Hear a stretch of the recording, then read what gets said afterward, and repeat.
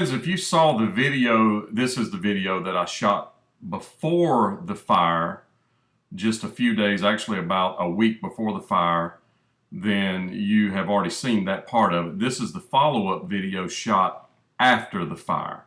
So if you remember on the previous video, I show around the house and all the ins and outs and fly around the house with the drone. So this is after the fire.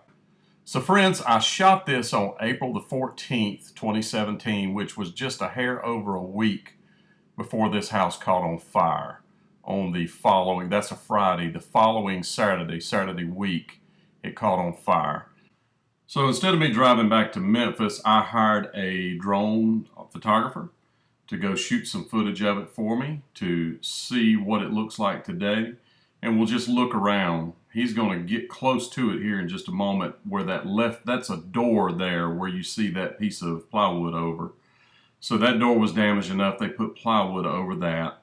You could see that the roof doesn't have any holes in it on this side. You can see where fire came through the dormer, not the dormer, but where the vent is right there. You can see it kind of scorched the top of the roof right there, but it didn't come through anywhere else. So that fire went through the ceiling in the house.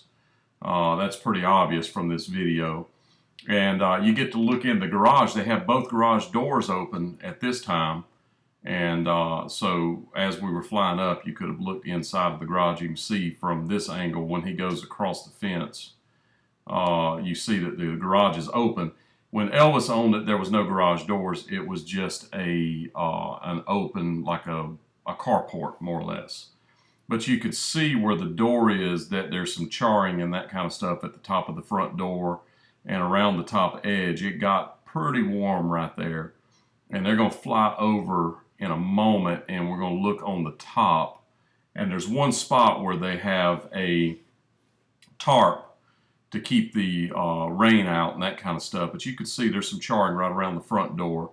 So it definitely got there. I would assume they probably busted that front door in order to get in the house. And you can even see the light above the door is hanging down out of the socket. So there was some damage there, of course.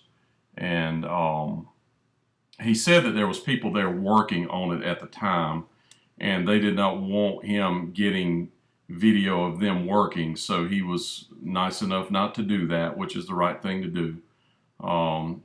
And so he stayed away from that part of it as far as flying and where they were working in the very back. But most of the damage evidently was in this part of the house in the front. And you can see there's nothing on the roof damage except for that blue tarp area. And he'll fly over that blue tarp area in just a moment. And you can see that's not a very big area. But I would say the left front corner right there through the front part of it, through the living room, up through the ceiling, got damaged. And there's a story that Elvis signed one of the walls in this house. I have not been fortunate enough to go in the house, so I don't know what it was like inside of there. So I don't know the answer to that yet, but you can cool well believe I'm investigating it. But you can see where the tarp is, and it burned a pretty good sized hole. I'd say that hole is probably 2 feet by 4 or 5 feet. But other than that, she's still intact. It did not come down. They're able to save it. So we'll keep reporting as we find out more details. Just keep watching my YouTube channel. Don't forget to subscribe.